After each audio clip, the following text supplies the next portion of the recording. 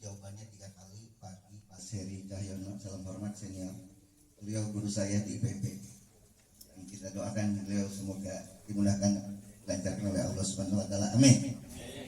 Yang saya banggakan Pak RW, Pak RT, Reno 5 tuan rumah beserta masyarakatnya, ada tokoh agama, tokoh pemuda. Tolong jangan tatap saya terlalu lama. Jadikan objek. Yang saya banggakan Pak Dr. Amir, di usia masih muda sudah jadi dokter, Pak ya, Masya Allah. Kayaknya usianya nggak beda jauh dengan saya, Pak. Masya Allah. Puji syukur kita panjatkan kehadirat Allah Subhanahu wa taala atas perkenannya. Alhamdulillah pada pagi dan Pak Camat juga biasanya diundang oleh warga, biasanya halal bihalal atau dengar aspirasi tebingan longsor, jalan rusak, TJU mati. Tapi kali ini saya sebuah kehormatan diundang oleh warga, ini ilmiah tentang pelatihan pelestarian ya, identifikasi ular dan herpetofauna di kampung hutan RW 14 namanya Yasmin ini sebuah terobosan unik Mas Heri ya. Jadi artinya kita diundang ke sini. Damkar garda terdepan untuk penyelesaian ini. Mohon dicatat apabila ada yang penting, ini nomor telepon damkar 0251 83 22 100. Ini nomor sakti ini. Ya, karena ini potensinya memungkinkan mau siang mau malam ibu bapak akan menemui ini. Tolong jangan sembarangan menangkap yang di belakang dan sebelah saya tanpa keahlian. Ya, cukup telepon 0251 83 22 100. Kebetulan poskonya dekat di sini Yasmin. Beruntung kita. 24 jam. 24 jam. Kalau ibu bapak nggak percaya, telepon sekarang datang.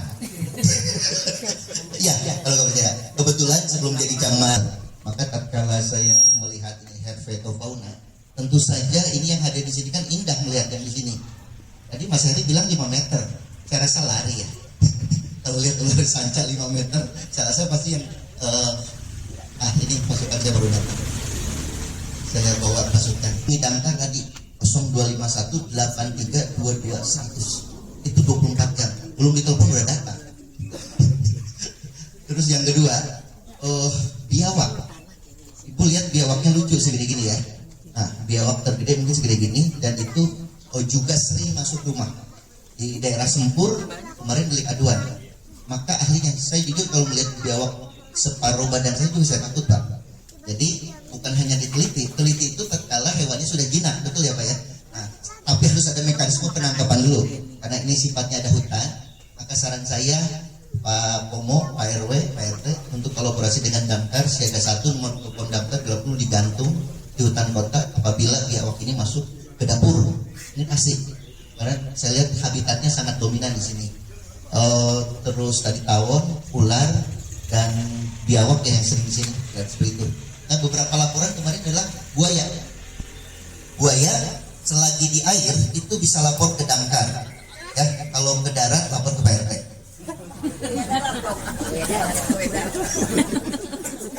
Jadi kalau buaya selagi di air lapor ke damkar, kalau di darat Pak RT dulu aja ya.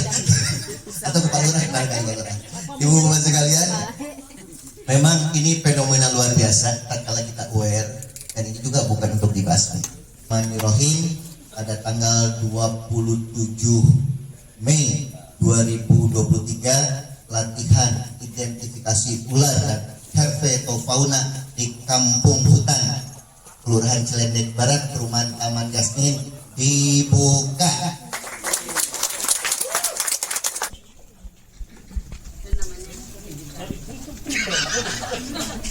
Benar ya Pak Dede ya? Ya, jadi mungkin gue dibagi aja ya. Isinya saya kurang paham, tapi kok ada gerak-gerak gini Pak RT? Saya takut-takutin Pak Kepala Abri. Tapi mungkin dalamnya berbeda Mas. Ini ada gerak-gerakan sedikit. Kayaknya mudah saya. Tuan saya kayaknya. 1, 2, 3. Terima kasih Bapak. Kan benar. Pak. 1, 2, yang tadi DFT tetap diulangi. kuplak-kuplakannya rata-rata kan sama. Iya, bahaya. Darah. Ya. Ya, lurah. Satu, dua, Aku juga. Kemudian Pak Bayu, seluruh warga RT, Pak RW semuanya. Bapak Ibu sekalian, siang ini atau pagi ini kita akan cerita sedikit tentang ular dan bagaimana cara penanganan. Jadi si ular ini memang ada di sekitar kita dan bagaimana penanganannya dan siapa ular itu. Ya kan kita tahu, kalau kita mau menangani ya kita tahu siapa si ular itu. Lanjut. Menganggap itu bahaya dan itu tidak bisa hidup di dalam lingkungan tertentu yang memang menjadi lingkungan yang bisa membahayakan manusia dan juga menyebabkan kerugian secara ekonomi, maka kadang-kadang dikategorikan sebagai pest. Pest ini adalah hama begitu ya, walaupun kita tahu definisi hama ini juga sangat tergantung kepada manusianya.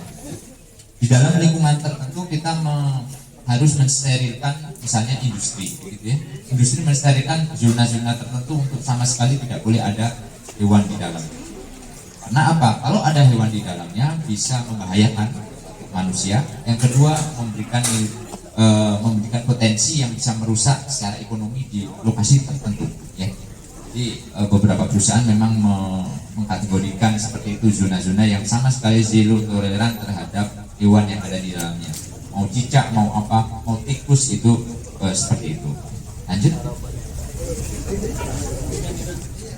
Nah, termasuk di dalam pesawat, ya, misalnya. Ya. Ini ada beberapa kasus yang di Indonesia yang beberapa tahun lalu ya di dalam penerbangan ada yang bawa kalajengking.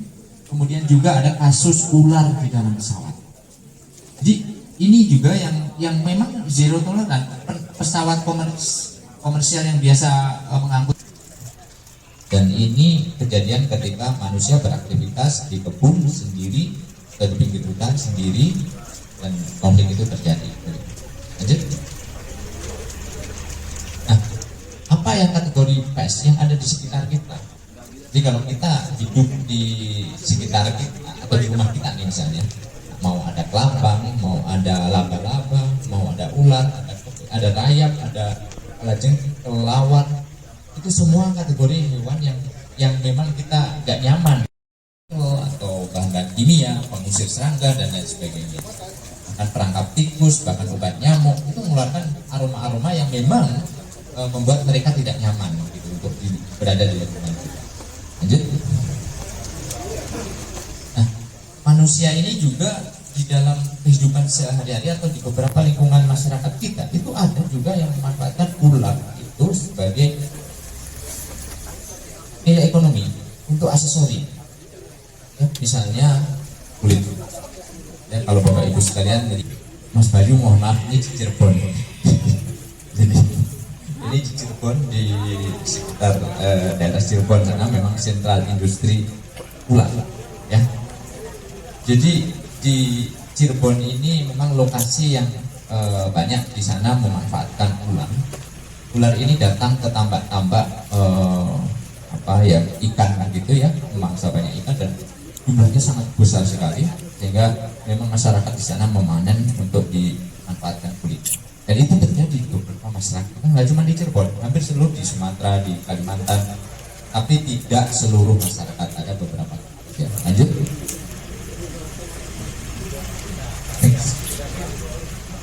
Nah, bahkan ular itu merupakan predator. Tidak ada ular itu yang herbivore atau pemakan tumbuhan. Semua karnivor, semua pemakan daging. Dan daging apa yang dimakan? Daging yang hidup, artinya makhluk yang hidup, tidak hewan yang mati begitu ya. Nah, mereka sangat efektif sekali dalam mencegah hama tikus ya, ledakan hama tikus. Nah, ini kita lihat di Vietnam ya, salah satu farm ular di mana secara reguler tikus-tikus itu ditangkap untuk dikasih makan ke ular. Dalam banyaknya eksploitasi terhadap ular ini juga harus disertai dengan data ilmiah yang bagus ya. Jadi IUCN ini, Snake Specialist Group, itu mengeluarkan guideline bagaimana caranya memonitor ya, perdagangan ular ini agar pemanfaatannya itu sustain. Itu yang diberikan oleh IUCN adalah seorang kumpulan pakar di bidang ular gitu ya, membidangi agar ular ini tidak dieksploitasi sebesar-besarnya, tetapi dibatasi. Lanjut. Nah, ke Indonesia sekarang, di Indonesia ini ada sekitar 349 jenis ular, dan itu merupakan 10% dari total jumlah ular yang ada di dunia. Jadi kalau kita bicara ular yang ada di dunia itu mungkin ada sekitar 3.000-an sekian ya. Tapi di Indonesia hanya 10% dari itu. Nah, dari 10% dari ular itu atau sekitar 349 jenis ular itu, yang berbisa hanya sekitar 77 jenis. Ya, ini 3 famili itu ya. Hanya 77 jenis saja. Tidak kemudian 349 itu hanya 77 jenis. Dari 77 jenis itu hanya 20% atau 20 jenisnya itu adalah ular laut. Jadi semua ular laut itu berbisa. Jadi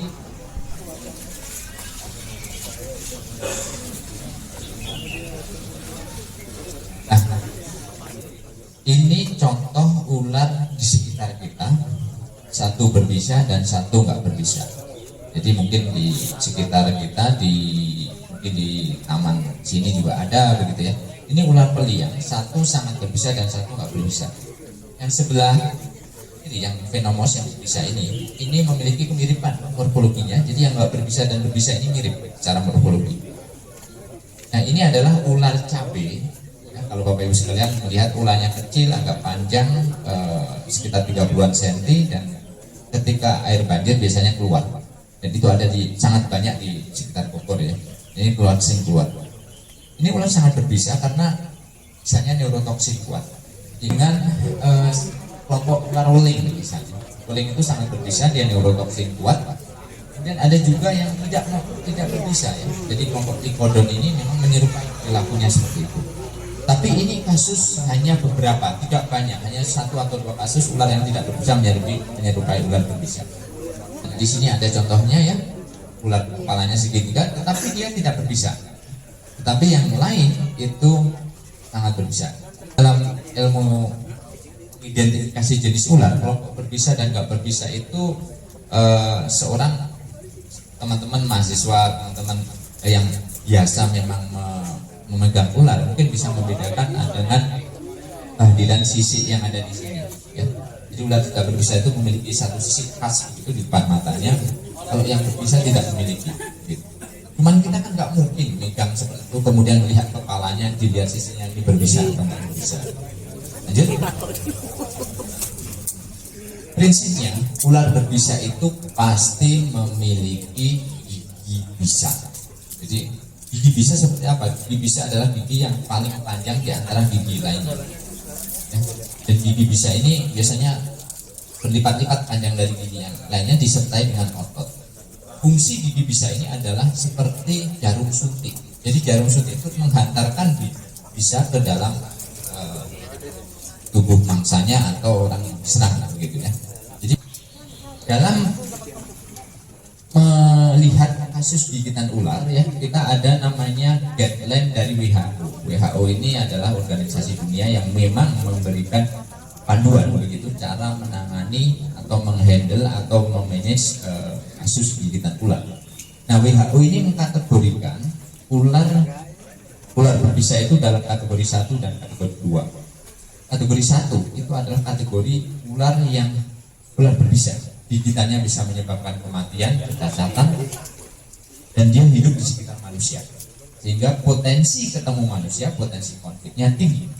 Nah, yang kedua itu sama, bisa menyebabkan kematian, kecacatan terhadap manusia, tetapi potensi untuk ketemu dengan manusia sedikit karena dia hidup di hutan misalnya.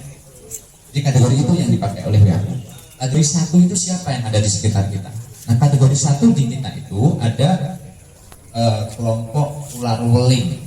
Ya, Bapak Ibu sekalian, kalau ada di sekitar kita ada ular hitam putih warnanya keluar malam hari, nah itu dia ular weling. Ya. Kemudian ular kobra Jawa. Jadi kalau Bapak Ibu sekalian melihat ular yang bisa naik hidungnya kemudian menyemprotkan misalnya, itulah ular kobra. Kemudian ular kobra Sumatera, jadi ada ular kobra Jawa dan ular kobra Sumatera. Kalau ular kobra Sumatera itu ya hampir sama, cuman dia ada di wilayah Sumatera dan Kalimantan. Kalau kobra Jawa atau Sputatrix itu yang ada di sekitar perumahan kita. Kemudian kelompok ular yang Elapide ini semua menyerang saraf. Kalau menyerang saraf berarti apa?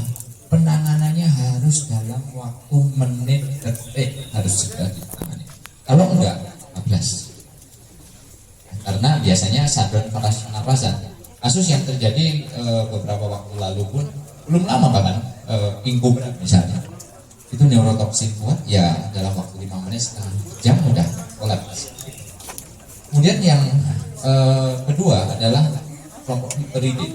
Ini kelompok yang menyerang darah, jadi menyebabkan bengkak pendarahan, tapi masa inkubasinya ini bisa sampai 3 hari 4 hari, gitu ya, masih ada periode waktu ya.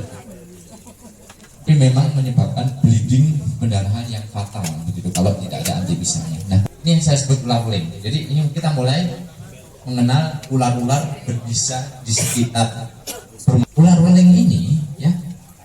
Walaupun badannya hitam putih, tapi bagian bawahnya putih semua. Bagian bawahnya putih semua. Lanjut. Nah, yang kedua itu adalah kobra Jawa. Jadi sangat jelas ularnya hitam biasanya kobra itu. Kita juga warnanya hitam. Tapi kalau kan dia naik hidungnya seperti ini, ya, dan cepat marah memang ularnya. Dengan ganggu sedikit gitu memang marah. Dan kebiasaannya menyemprotkan bisanya. Jadi kalau kita berjarak antara sekitar 2 meter itu masih bisa semprotan dari bisanya. Karena dia bisa, maka tetap aja itu berbahaya bagi luka. Kita kalau kena luka ya. Tapi kalau di tubuh kita nggak ada luka, itu bisa dibersihkan dari semprotan dari bisanya. Kemudian kobra Sumatera, ya, ini mungkin sekitar Sumatera. Lanjut sama.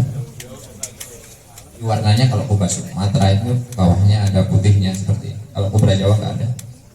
Di kobra Jawa hitam semuanya ya, bagian lehernya ini. Gitu. Nah, ini ular tanah. Nah, ular tanah memang tidak ada catatan di sekitar perumahan ya. Kalau lagi di Yasmin sini nggak ada. Memang ada di pinggir-pinggiran ya. Di Bogor masih ada, tapi di Darmaga sana, di kampus Darmaga, mungkin kemudian di Jasinga ya, di Serang masih banyak. Kemudian ular tanah ini digunakan untuk membasmi tikus ya, karena dia ada di seresah begitu ya, lama itu nggak gerak-gerak, ada tikus lewat langsung dimakan. Nah ini ya kasus gigitan yang paling banyak di daerah pinggiran ya, itu adalah ular ini, karena orang nggak ngeh, jadi orang pakai sepatu begitu karena kita menginjak gitu. Kita lihat saja ya, saking cepatnya pertumbuhan itu, satu ekor betina itu bisa bertelur lebih dari 20 butir. Misalnya setahun sekali atau setahun 2 kali, itu berapa dia bisa. Dan itu yang terjadi di Kalimantan. Seminggu mahasiswa saya Pak Kadafi ini sampling ya, itu bisa mendapatkan 300 ekor di satu wilayah sawit gitu. Dan itu pihak sawitnya juga pusing 7 keliling ya, karena dia mengintroduksikan untuk menghalau tikus, malah banyak orang pegawai sawitnya yang meninggal. Dan memang kalau digigit ular tanah ini karena diomotoksin, kalau kita lihat fotonya ngeri deh. Jadi saya nggak berani menampilkan foto-foto orang digigit karena hemotoksin ini. Jadi bengkak di mana-mana, kemudian nekrosis dan pendarahan, dan biasanya menyebabkan makanya ular Dabuya siamensis ini dari Jawa Timur ke sana. Jadi kalau di sini nggak ada, ya. Kalau di sini ular tanah tadi. Kalau ini ular pohon, ya. Ekornya merah, kepalanya segitiga. Ini juga berbisa hemotoksin. Biasanya di bambu-bambu. Jadi ini juga ada di Bogor begitu ya. Tapi memang tidak ada di perumahan. Kalau di Bali kelompok ini saya dekat di bakar-bakar itu masih bisa dijumpai. Jadi ini dia sangat karena warnanya hijau sangat terang ya, dia pasti akan menyelamurkan diri dengan pohonnya. Jadi dia tidak jalan-jalan di daerah yang terbuka. Jadi kategori 1 tadi mulai dari weling, kobra, ular tanah, kemudian ular hijau tadi, itu kategori yang diprioritaskan, tapi kasusnya ada. Ya. Ini ular welang, ini saya foto, ini fotonya Mas Buddha di mana? Di Pasir Angin sini, ya, dari Bogor, di atas Sentul sini. Ini juga kemudian ada di sekitar sini. Ya, jadi kalau dia biasanya dekat dengan air, ada aliran air, begitu ya, tapi keluarnya hanya malam. Karena ular ini juga makan ular lain, ya, biasanya dia memang mencari makannya itu ya di sekitar hutan, jadi tidak terlalu masuk ke dalam. Kalau weling tadi, yang weling tadi itu bisa kadang-kadang dijumpai di dalam rumah. Tapi kalau ini jarang dijumpai, ini di hutan, di pinggir sungai gitu. Nah ini juga neurotoksin kuat. Jadi weling dan elang ini neurotoksin kuat. Coba next, Mbak. Next. Nah, ini antara weling dan elang bedanya seperti ini. Satu, kalau welang itu ada belang sampai perutnya, kalau weling itu semuanya. Tapi kalau kita lihat dari atas semuanya sama-sama belang-belangnya. Nah ini ular welang kepala merah, ya. Jadi ini juga ada di Jawa, tapi nggak umum. Ini hanya di hutan-hutan. Lanjut saja, Pak. Banjir, habis hujan ya di sekitar kita. Ini ada mungkin di sekitar perumahan juga keluar nih. Ini ular cabai kecil. Jadi ini juga sangat berbahaya karena dia neurotoksin kuat dan belum ada antibisa ular. Cuman memang gigi bisanya sangat kecil. Jadi kemungkinan menggigit mengeluarkan bisanya masuk ke kita juga kecil karena saking kecilnya tariknya. Tapi kalau memang kegigit dan betul-betul bisanya masuk, ini sangat berbahaya. Ya, karena dia neurotoksin kuat. Ini masuk kategori 2, dia neurotoksin kuat, ya, dan belum ada antibisanya. Jadi kalau teman-teman komunitas, teman-teman damkar yang biasa mungkin juga diminta rescue oleh komunitas yang memelihara ular, ya. Dan kejadiannya rata-rata 90% kasus gigitan ular, 98% pasti meninggal. Pasti meninggal kalau tidak ada antibisa yang masuk. Dan antibisa ular dari king cobra ini hanya diproduksi oleh Thailand. Jadi kalau kita digigit, yang mau nggak mau harus ada yang lari ke Thailand sana untuk bertangga. Dan masalahnya gigitannya ini adalah membuat shutdown saraf pernafasan. Lu juga cantik-cantik tapi memang berbahaya. Jadi ini satu jenis saja, cuman warnanya ini dari Pulau Wetar, itu dari Pulau Komodo, ini dari sekitar kita, ya, dari Jawa Timur, Jogja. Itu hemotoksin, ya. Jadi kalau kegigit bisa menyebabkan pendarahan yang hebat. Ini juga kita mencoba melihat, ya, variasi bisa di dalam ular antara jantan dan betina. Komposisi proteinnya juga ternyata ada perbedaan. Ya, jadi beberapa jenis ular jantan dan betina oleh Kang Mulyadi di sini di milking, begitu kita lihat komposisi proteinnya. Ternyata antara jantan dan betina berbeda. Ini juga mungkin harus ada treatment selanjutnya ya dalam pengadaan tripod untuk bisa mendapatkan antibisa ular ya. 2 ampul antibisa ular sudah nggak bisa masuk karena telat penanganannya, neurotoksin kan. Jadi setelah 6 jam baru dimasukkan antibisa ular dan meninggal. Hanya gara-gara bersih-bersih rumput ya di sekitar kantor Brimob itu terus ada ularnya di situ. Terus kegigit. Lanjut, itu 6 jenis ini ya, yang diprioritaskan untuk mendapatkan antibisa ularnya dan itu belum diproduksi oleh pemerintah. Itu yang masih jadi PR kita bersama. Lanjut, yang tidak berbisa di sekitar kita. Ini yang Bapak Ibu sekalian, jadi kita tidak boleh takut. Tadi ular yang berbisa, sekarang yang tidak berbisa di sekitar kita. Ini adalah ular Lycodon yang biasa ada di korden di rumah kita, di jendela di rumah kita. Dia makan cicak. Ya, jadi warnanya seperti itu. Tidak ada ular jali. Ini ada salah satu temannya ular jali di sini. Seperti dia pemakan tikus. Jadi sahabat kita dia. Dia sahabat kita. Dia yang makan tikus, sehari dia bisa menghabiskan 12 ekor tikus. Nah, ini dia. Ini ada contoh ularnya sama ular kayu atau ular koros. Ini juga ada di sekitar kita. Dia juga pemakan tikus yang ada di sekitar kita. Ini bisa juga menjadi teman-teman kita semuanya yang memang untuk eradikasi hama tikus di sekitar. Di lapis juga ularnya bisa panjang sekitar pagar gitu ya. Ini tidak berbisa juga. Jadi lebih banyak yang tidak berbisa. Jadi saya tadi lebih baik Bapak Ibu sekalian mengenali saja yang berbisa. Kalau yang tidak berbisa di luar itu udah biarkan aja, kan lebih banyak yang tidak berbisa daripada yang berbisa. Hanya seketika, tapi tidak berbisa. Ada contohnya tuh yang di bawah. Nanti bisa dilihat. Tadi ini yang kepala segitiga tadi, yang neurotoxin. Ini sering dimainkan ya, komunitas-komunitas. Nanti kalau kegigit dia teriak-teriak pemerintah yang disalahkan ya. Nah, masalahnya mereka apa?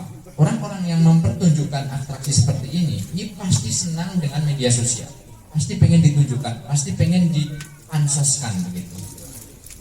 Karena kan ya ini hebat begitu ya. Tapi nanti dia nggak sadar imbasnya kalau dia gigit dan tidak ada antibisanya masalahnya. Kalau ada antibisanya ya bisa ketolong. Tapi kalau nggak ada antibisanya yang disalahkan biasanya pemerintah. Jadi seperti ini. Ya.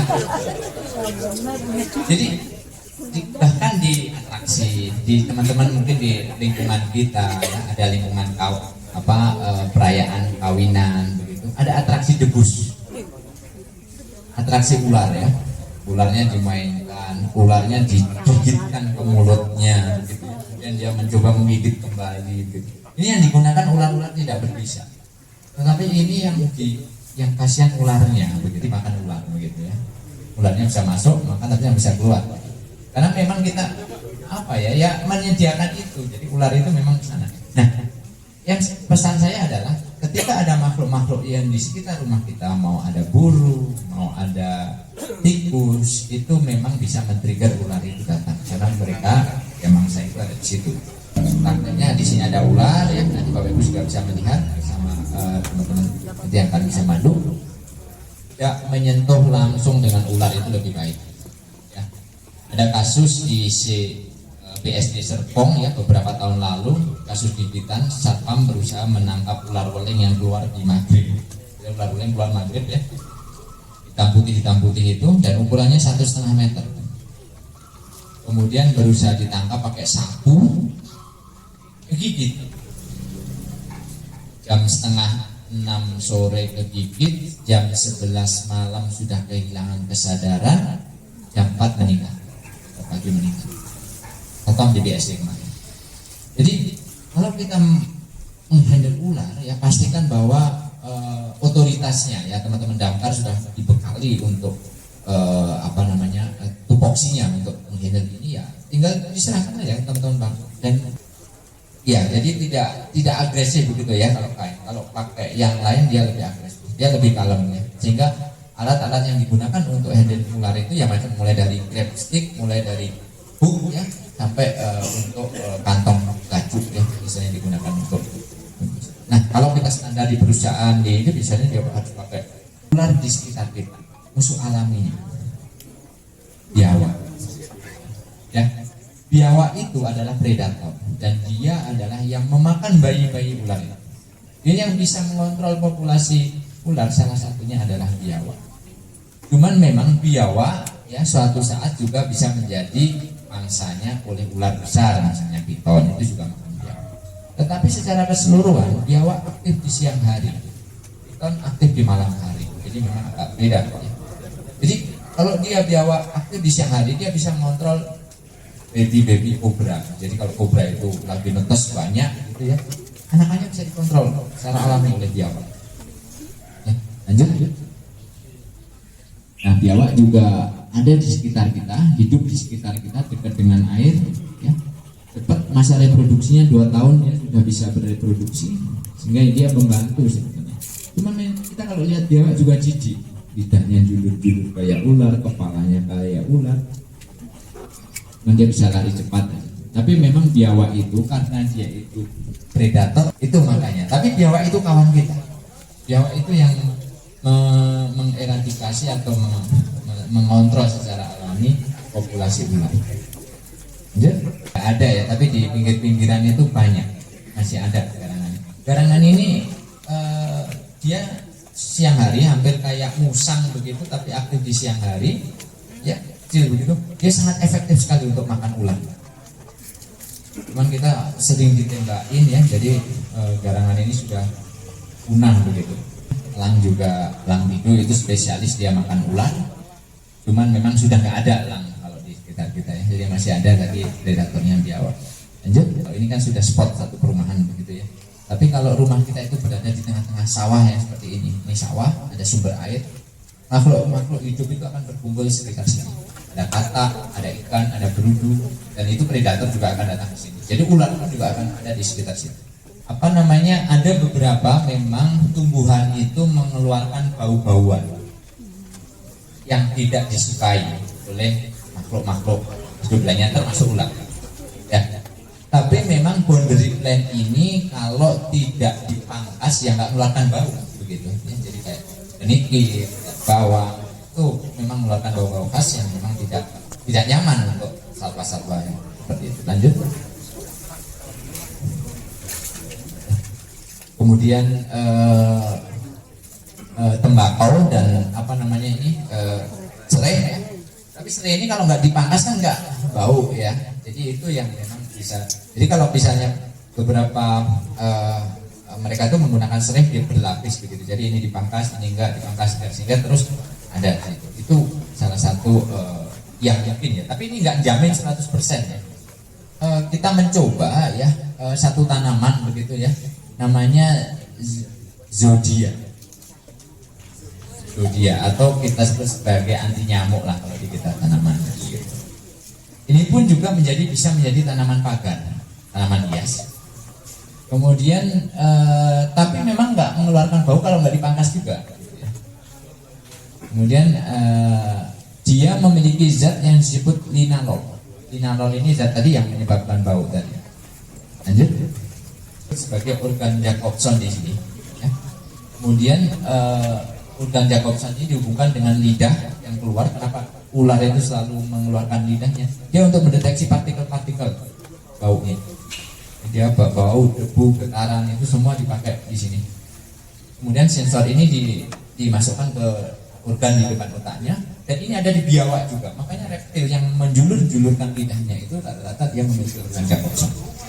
Nah itulah sebenarnya organ yang harus kita kacaukan dengan bau-bauan itu sehingga mereka tidak ada di sekitar kita.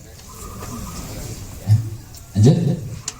Nah ini penelitian dari anak SMA, ya anak SMA yang dulu mencoba Pak gimana sih cara menghalau ular. Jadi dia menggunakan tadi si tumbuhan tadi, kemudian diuji cobakan ya.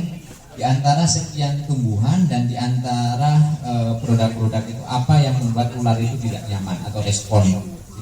Maka salah satunya dia Evodia tadi ini memiliki hasil yang ini ya jadi respon ular itu begitu bau-bauan dari Evodia tadi dia meresponnya begitu. Karena menghindari ular masuk rumah yang bersih. Jelas ya ular tidak suka. Yang bersih itu seperti apa ya? Tentu saja kita tidak meninggalkan barang-barang bekas, tumpukan genting, tumpukan batuan di sekitar rumah kita. Itulah yang memang menjadi tempat yang nyaman buat mereka untuk datang dan berlindung di situ. Berlindung juga bisa meletakkan telur di situ ya. Kemudian bersihkan lantai setiap hari ya. Kalau setiap hari ngepel itu lebih baik. Yang gunakan wangi-wangian yang menyengat, misalnya witpol atau bau-bauan pewangi lantai itu wangi-wangian yang nggak disukai ular. Kemudian yang kedua, sisa sampah organik ini dibuang setiap hari karena dia mengundang tikus. Malam ada tikus mengeluarkan bau, ular mendeteksi dan datang dengan mendeteksi. Ya, jadi tiap hari sampah itu harus. Nah, jika ada ular apa yang harus dilakukan? Panggil profesional. Teman-teman damkar ada kontaknya, bisa langsung kontak untuk handle ular itu dan diisolasi. Misalnya, Pak ada ular di situ, tapi nggak tahu saya ada di mana. Itu Pak damkar nanti nungguin sampai 30 menit kan. Jadi diisolasi. Apakah ditutup pintunya atau itu sehingga nanti memudahkan teman-teman damkar untuk rescue ya atau relokasi dari si ular tersebut. Dan jangan handling sendiri ya. Tadi sudah ada pesannya, banyak korban kejadian kalau memang kita tidak tahu jenis ularnya malah justru membahayakan kita. Terus yang paling penting adalah tahu rujukan rumah sakit terdekat yang menyediakan antibisa ular. Nanti kalau dari saya itu dari penjelasannya. Selanjutnya nanti bisa ada waktu lebih ya. Nanti waktunya saya kembalikan ke Ibu moderator. Ya nanti juga ada display di sini bisa dibantu nanti untuk latihan identifikasi atau nanti ditunjukkan ya. Monggo, terima kasih.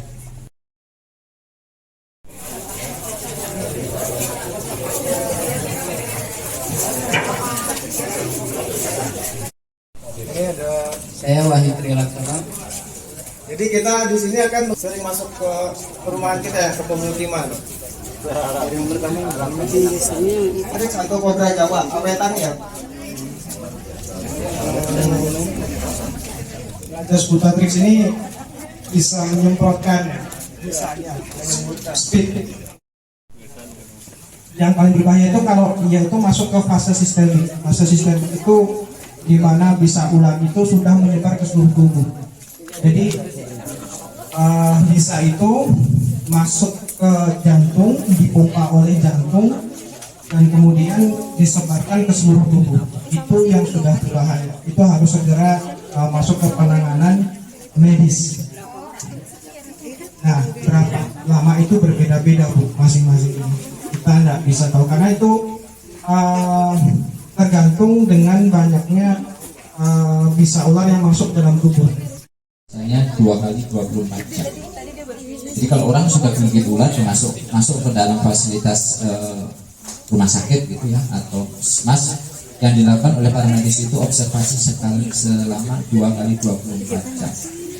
Pasca kejadian, pasca kejadian. Apabila wajah ada gejala sistemik yang ditimbulkan, itu berarti mengarah kepada ular yang berbisa. Ular berbisa seperti apa? Ada 2 kategori grup besar tadi. Dia neurotoksin atau dia hemotoksin.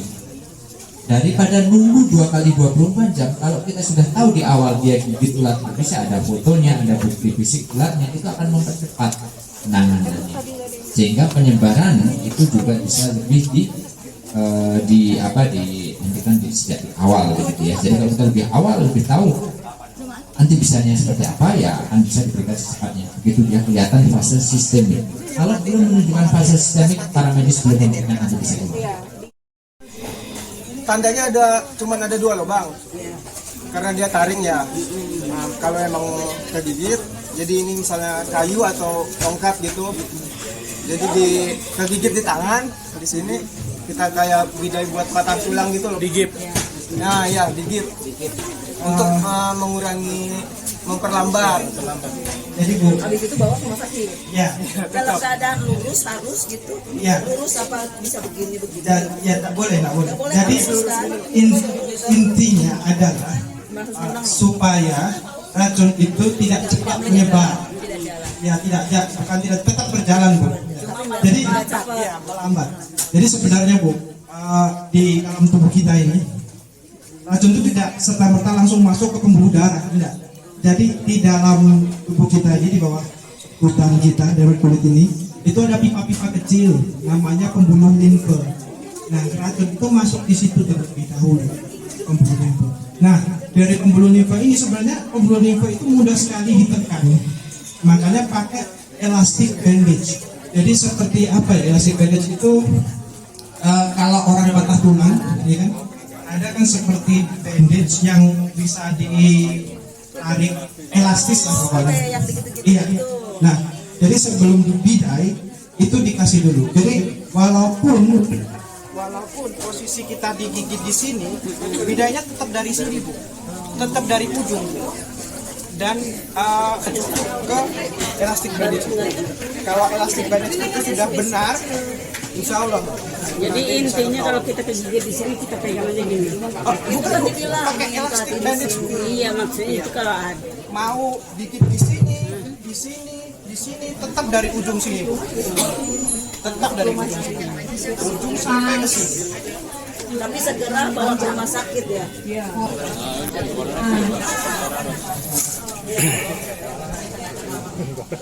Nah, Bunda agak ini.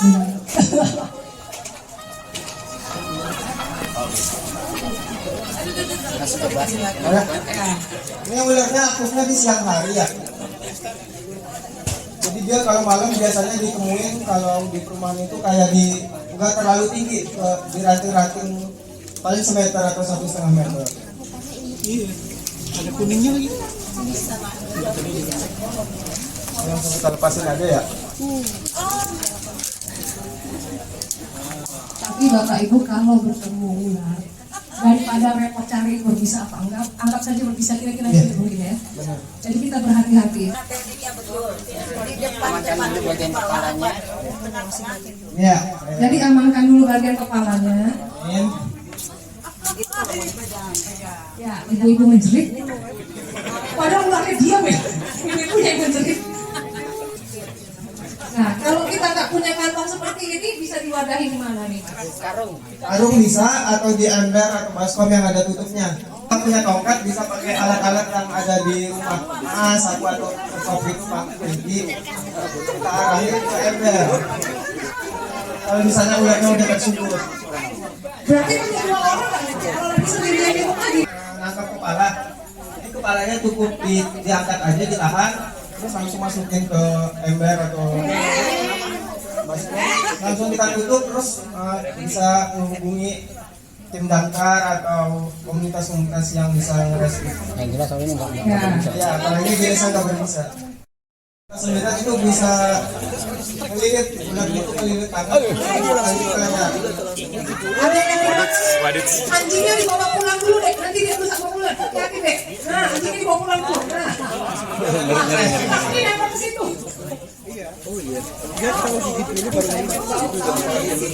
Ini saya rescue dari Gunung Putri. Bulan ini juga. Soalnya kita nggak selalu rilis itu tiap akhir bulan. Kalau dari kampus. Enggak. Vokalis keluar mainnya. Mas, Ekor satu lagi yang buat tahan kepala. Nah, kalau ular liar ini kalau ditangkap pasti bakal pipis. oh stres ya? Iya, stres. Itu pertanda stres, Bapak Ibu. Terancam ya. Iya, lakukan dia. Hati-hati. Harus berdua ya, satu nahan ekor, satu lagi ngejar kepala. Ini bermodalkan Kompi sama Tangkai sapu, tapi tangkainya. Kalau misalnya ini tangkai sapu, akan hati-hati. Ini kan ada taring juga di atasnya. ada bersih juga. Ini tidak berbisa ya Bapak Ibu. Tidak taring yang bisa mendekat ya.